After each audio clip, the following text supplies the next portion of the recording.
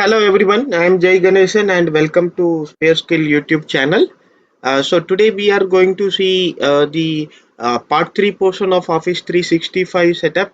So we have already completed the part 1 and part 2, wherein we have covered how to set up the Office 365 basic from the scratch, and we have configured the domain, and we have purchased the Office 365 basic trial pack from Microsoft, and then we have created our domain, and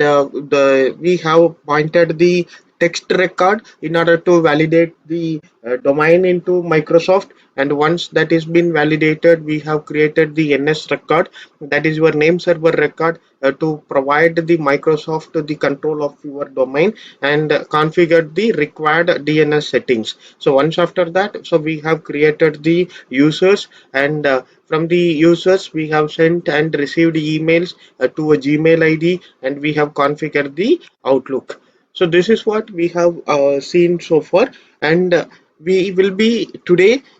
seeing what the admin panel has, what are the applications it will be having, and how to set up the domain records, and what are the records which is been inclusive of that, and how do you may enable the two-factor authentication, how to do